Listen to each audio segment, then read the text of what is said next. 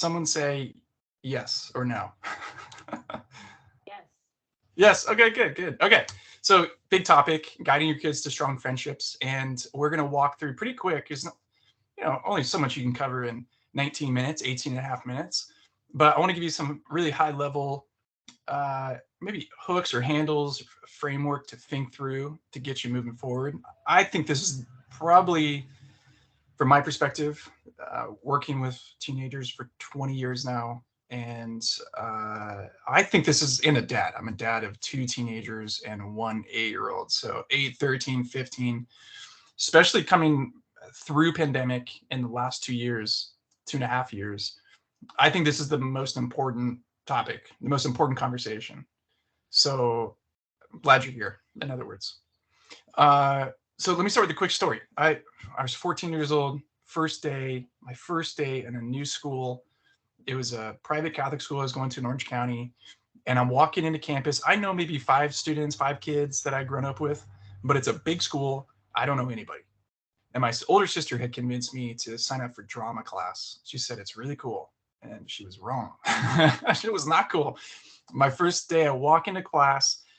It's the first period, first day of high school. And so try to remember that. You want to make a good impression. You want to look good. You don't want to embarrass yourself at all costs. You just want to get through the day. And maybe best case scenario, you meet a friend. So there I am walking to class, and the teacher gives us assigned seats. And it was because it was drama class. It was kind of a tiered theater setting.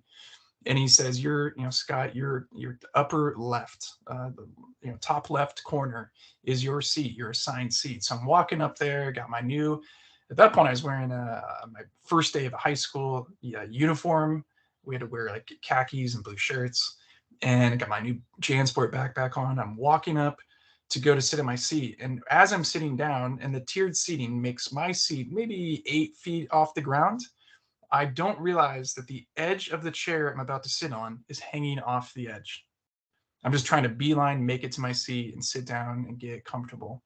And as I sit down in the seat, I tip to the right and crash all the way down 8 feet to the ground. And while I'm crashing, my head slams into the wall and busts a hole in the drywall. And here's the moment. I mean, absolutely. Maybe there's worse case scenarios. Pee your pants, something. I don't know. It was pretty bad. It was down there in terms of worst case scenario. But here's what I remember as it relates to friends.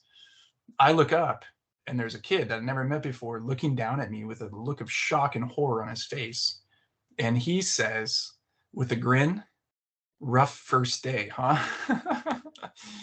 And since that moment, that guy and I have been the closest of friends, best men at each other's weddings, brothers for life.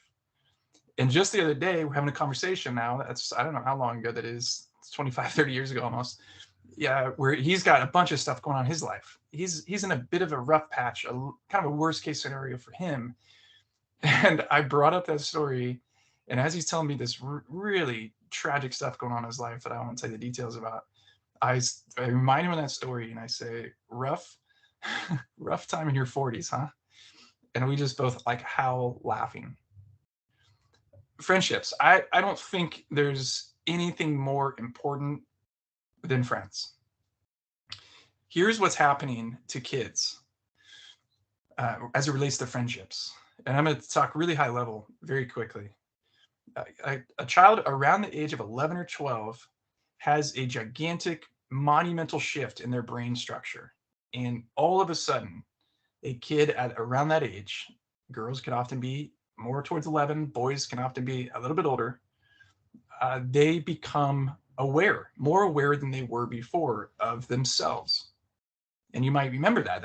Or if you have kids that age or went through that age, that's really the time that around that age, middle school time, is when they become pretty self-conscious. All of a sudden, it's important what you wear or don't wear, or what you look like and don't look like, and what are people going to think. And that's a developmentally healthy thing to do. And what's happening is all of a sudden, not only is there awareness there and self-awareness, or the ability to at least think about yourself abstractly, but there are these big questions that start coming up for a kid. Every kid, doesn't matter what culture, where they live. It's the same questions. And the questions essentially are around acceptance. And there's other questions around it too, like, am I okay? Am I valuable? Am I likable? Do I have what it takes? There's those kinds of questions that are now floating around the brain. And a gigantic shift happens, not just in their brains, but in their sense of trying to resolve and find answers to those questions. Now, those questions have answers. You know, am I likable? Am I lovable? Do I have what it takes? Am I okay? Am I going to be okay? Those questions have good answers. And the people that have the best answers to those questions for a kid are typically the parents or the adults in their life, grandparents, parents, step-parents. They have really great answers to that kid. You know this as a parent. You can look at your kid and say, you do have what it takes. You are likable. You are lovable. You know, you're going to be all right. But to the kid, it doesn't matter as much, very much. It doesn't really matter anymore what the parents think. The answers that their parents have are no longer sufficient for those big questions. And who do they turn to get answers to those questions? Drum roll. They turn towards each other, towards their peers. And they take those, and again, they don't realize those are the questions, but they take those big questions, am I likable? Am I lovable? Do I have what it takes? Am I going to be okay? To their friends who are also trying to answer those questions. And you would be right to say that's a bad plan. That doesn't make sense. You don't, at 12, 13, 14 years old, go to another 14-year-old or 13-year-old and say, can you help me answer this really wise, thoughtful, deep question about my identity and who I am? It's absurd, really, but it happens. This is how people figure it all out. And unfortunately, many people don't, because they have experiences of friendship that don't give them the opportunity to get good answers, productive, healthy answers to those questions. So in a high level, what do friends do for your kids? I think the other question is, what can friends do for your kids? And we are living in an age, as you know, of greater distance, more isolation, more separation, less time that our kids spend together, social settings. Around 2012 was this key year where there's a drastic decline in things like kids socializing, kids hanging out together, kids dating. There's a big decline starting in 2012, precipice like a cliff of kids who don't date anymore, kids who don't essentially waste time together. You probably grew up like I did, hanging out with friends after school, on weekends, during the summer. And that question was all, what are we going to do? What do you want to do? I don't know. That's how life worked. And it's healthy and necessary, because kids interacting with each other is how you triangulate answers to those questions. And if you don't resolve some of those big questions, you'll carry them into adulthood and look for answers in places that probably won't give you good ones. Work, acquiring things, money, trying to be successful, maybe trying to get followers on social media, bathroom tile. Maybe it's, if I run a half sprint triathlon, then I will feel like I have what it takes. If I could just make partner, then I feel like I'll be, you can see how that goes. And you might have friends, you might even feel that resonates with you too. So what I want to walk you through is just to think about that, because I'm actually agitating probably your concerns for your kids. And we don't have a ton of time, but and also at the end of this, I'll give you the email address where you can get these slides and maybe spark a discussion with your kids. But for now, I just want to ask that question almost rhetorically. What are you concerned about for your kids relating to their friends? And there's a few spokes off that I hear a lot from parents, and I feel concerned about as well. Do friends over social media, what's the gap? Is that good? Is that bad? Is that indifferent? Friends through gaming, is that okay? What do I do if my kid has friends that I don't really think are good for them? On the flip side, what if my kid is really struggling to connect and just seems to be content being by themselves. So there's spokes of concerns. And I know, as you know, if you have more than one kid, you probably have many concerns. Underneath all this is that phrase, you've probably seen it on a Facebook or Instagram or LinkedIn quote poster: you are the average of the 5 people you spend the most time with. It's like a kind of a pop psychology idea with a lot of truth to it. So I think the path towards resolving some of your concerns for your kids includes doing some work. And here's where it starts.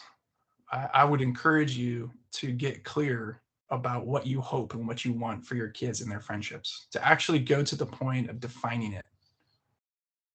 Look at all these different scenarios, the scenarios that every single one of our kids is going to go through, sometimes more than once, and likely all of these.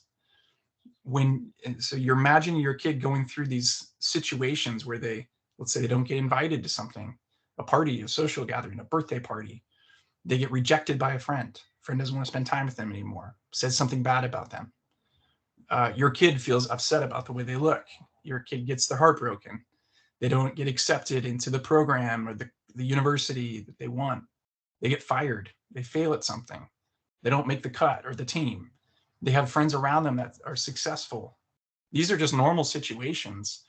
And what I would encourage you to do is pick some of these, at least a couple, and talk through how do you hope your kid and their friends will relate to each other through these situations.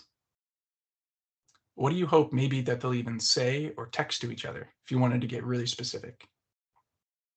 If there's conflict between a friend, what do you hope your kid will do to resolve that conflict? What do you hope that they'll say? I know for me, I hope that my kids learn to say, I'm sorry. I'm sorry for what I did or what I didn't do or what I said, didn't say. And it just that phrase would indicate that my kids have a value for forgiveness and reconciliation. They have an element of humility. They want to move towards their friends. They want to repair things. There's self-awareness there. I mean, there's just a lot of things underneath there. So what we're asking you to do would be to define what a good friend says, how a good friend thinks, and what a good friend does. And this is an exercise we do with kids. We do this with students through the curriculum that we have. We ask students to put together what they think a good friend is and does. It's not something you learn in a typical class. It's not something you learn necessarily by binge watching shows on Netflix. You might have a vague sense or notion of friendship, but healthy friendships need to be built and cultivated. And then kind of the last point I'll share, and then I'll give you some resources. I think the most important thing, if you're concerned about your kids' friendships and you believe, as I believe, that it's critical to their health and growth, then what it comes back to is you and I showing them what good friends are and do and how they talk and how they relate to each other. And I grew up in a really kind of stable, successful family, safe, like very much a typical classic American dream kind of story. However, neither of my parents really had friends. So me trying to figure out how to do friendships took me hacking it, figuring it out for myself.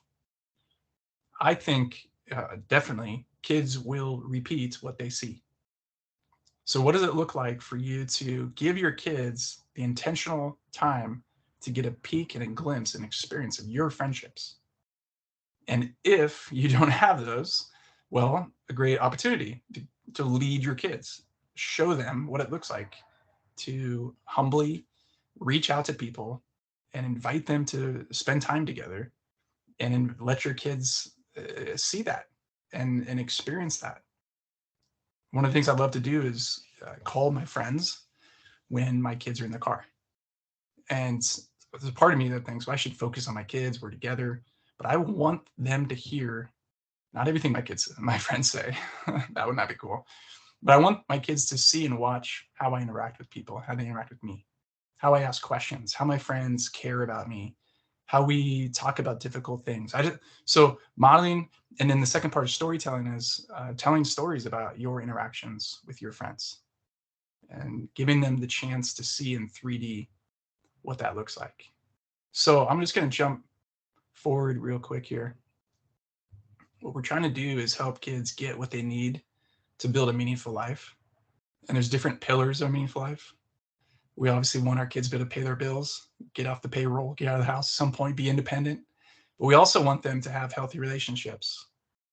We also want them to understand who they are, have a clear, well-formed identity. We also want them to have something that makes them come alive, and they have something to contribute, a purpose.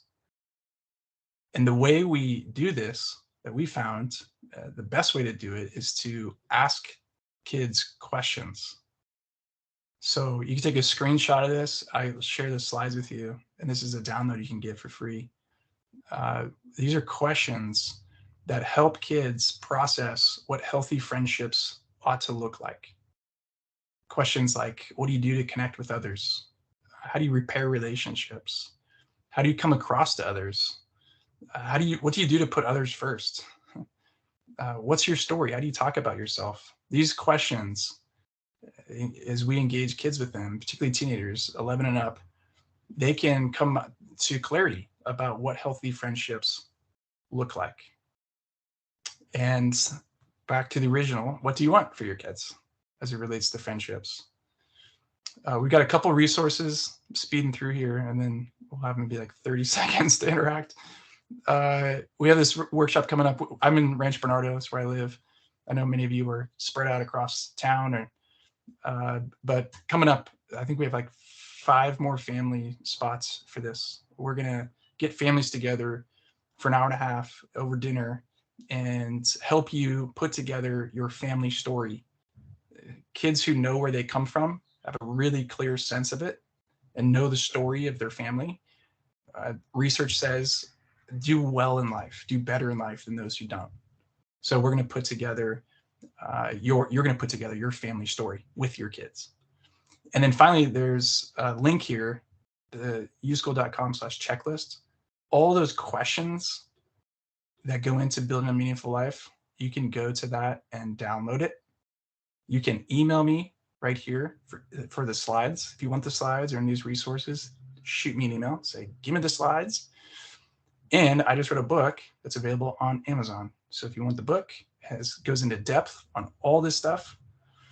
Get the book, $16, I think. That's it. That's it. Look at that. I made it just in time. I don't even know if you're there anymore. I just talked to myself for 18 minutes. Anybody have any, let's see, chat. Do you have any questions? Thank you, Susan. I'm on the dot, 1:30. Hi, Lisa. Hi, Scott. I was actually thinking about a conversation I had with my middle daughter. She's 12. Not super interested in making friends, which is totally not my personality. So I'm like, what is wrong with you? But she said, she's like, why do I need friends? Like, she has some really good core friends that she's had for many years, but making new friendships doesn't seem interesting to her. And so we had this conversation about, like, you know, why would you want friends? And I said, well, we were sick with COVID over in December. And I said, who helped us when mom was sick and dad was sick and our family was sick? Who helped us? I said, think about what happened. She's like, well, we had dinner every night that different people brought. And I was like, yeah, those are relationships and friendships that I've built over the years. And those people care about us and you and our family. And so they helped us. And so it kind of gave her a purpose, like, oh, when you have friends, they can help you when you're in need. And I was like, yes. Yes. But she's 12. Maybe she, you know, she's not been there yet. And she homeschools. So she's not on the playground on a regular basis, maybe need help from a friend or something. But anyways, I think just having those conversations and helping them understand, like, why do we need friends and what things can come, and then you can help them too, right? Like sometimes we bring a meal to someone or we help them with something that they need. So yeah, it's beautiful. That's how it all works. I love that. Yeah. And you've been doing Girl Scouts, right? So you're really intentionally cultivating social good social interactions for your kids. That's something Yeah. parents can do deliberately. That's awesome. Yeah. And I make sure a lot of Girl Scout troops. So I lead my Girl Scout troop. I have Mhm. 25 girls, ages kindergarten till I think my oldest is in 11th grade right now. Cool. And so we do a really good job of making sure that the parents have room to be part of our troop. Some troops choose to not Mhm. have parents Mhm. there. And so I try to do a nice healthy balance of some stuff is just for your kids and let them go have like their own Yeah. time. And build like those friendships, but also like sometimes I'm like, no, moms come. So we have a tea party tomorrow for Mother's Oh, Day, and all the nice. moms and the girls are coming, and so that's exciting. Just giving opportunities Yeah. for both bonding with mom and then bonding us girl friends. I love that. And that's a great example of a very structured activity, but it could also look like a picnic. It could look like a barbecue. It can look Yeah. like a Padres game. Yeah, Getting some and friends together. the other part of that that's really great is like giving girls the opportunity to meet other adults Yeah. who are going to be good people for them to go Yes. to when they're not comfortable coming to me. So Yes. I can be that for the other Girl Scouts, but my daughters can also have that within the leadership of our troop, right? Like there's other Yeah. moms who are like, oh, I can go to Miss Hilda, or I can go Yeah. to Miss Allie, or I can go, they have these adults in their life Yeah. that they've known for a long time that they can go to. I love it. Thanks for having me. Good to be with you all in this virtual hangout. And say goodbye to Susan when you see her. Yeah. All right. Thank you, Scott. See ya. Yeah, bye. Bye, y'all.